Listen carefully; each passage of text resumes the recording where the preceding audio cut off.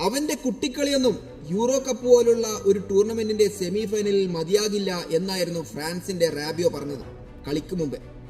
പക്ഷേ അതിനൊന്നും മറുപടി നൽകാതെ കളിക്കളത്തിൽ ആ ഒരു മാന്ത്രിക ഗോളിലൂടെയായിരുന്നു ലമിൻ യമാൽ മറുപടി നൽകിയത്. ഇടങ്കാലിൽ നിന്നും വിരിഞ്ഞ ആ മഴവില്ല് പല പ്രാവശ്യവും നമ്മൾ പല ഇതിഹാസങ്ങളിൽ നിന്നും കണ്ടതാണ്. എന്നാൽ അതിനെല്ലാവരെയും വെല്ലുവിളിക്കുന്നതായിരുന്നു ഈ ഒരു ഗോളും. മികച്ചതിൽ മികച്ചത് എന്ന് തന്നെ വേണമെങ്കിൽ ഈ ഗോളിനെ വിശേഷിപ്പിക്കാം. അതിലും മികച്ചതായി ആ ബോളിനെ ആ ഒരു ആകൃതിയിൽ ഒരാൾക്കും അടിക്കാൻ സാധിക്കില്ല. ലോകത്തെ ഒരു ഗോൾ കീപ്പറിനും അത് തടക്കാനും സാധിക്കില്ല.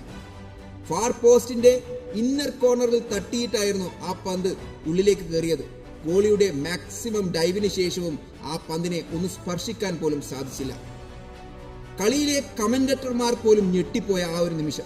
ലമിൻ യമാൽ എന്ന അത്ഭുതം ഇനിയും ഒരുപാട് തെളിയിക്കുവാൻ സാധിക്കുമെന്ന് കരുതുന്നു.